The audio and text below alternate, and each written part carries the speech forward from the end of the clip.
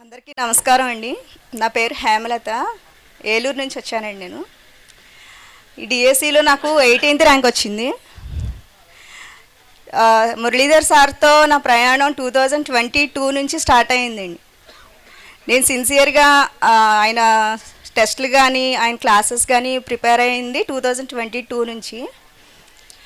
Sir ప్రతి exam కూడా చాలా డెడికేషన్తో తయారు చేసేవాళ్ళు. క్వశ్చన్స్ చూస్తేనే మనకు అర్థమయ్యేది, చాలా డిఫికల్ట్గా ఉండేవి, అన్ని మ్యాచింగ్స్ అవన్నీ ఉండేవన్నమాట.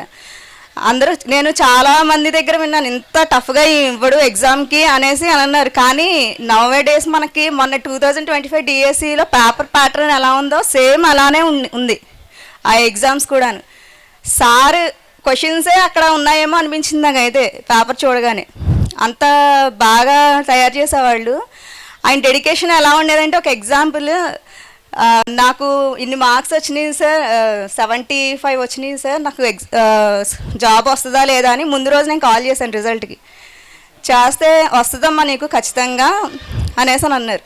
నెక్స్ట్ డే సార్కి కూడా ఇంకా అప్పటికి తెలియదు రిజల్ట్ వచ్చిన విషయం, నేనే ఫస్ట్ చెప్పాను సార్కి.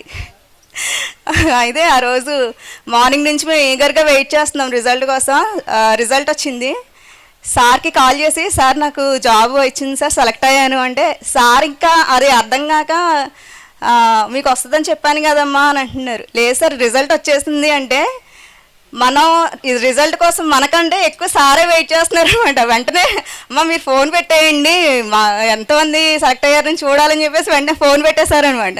పెట్టేసి సారే ఎగ్జైట్మెంట్ అందులో కనిపించింది నాకు. ఆ డెడికేషన్ అసలు, మన జాబ్స్ వస్తే మన పేరెంట్స్ ఎంత సంతోషిస్తారో అంతలా సంతోషించారు ఆ రోజు. నాకు అనిపించింది అది సార్ విషయంలో. అంత డెడికేషన్తో ఉండబట్టే ఇంతమంది జీవితంలో ఆయన ఈరోజు వెలుగులు నింపారని అనుకుంటున్నాను నేను.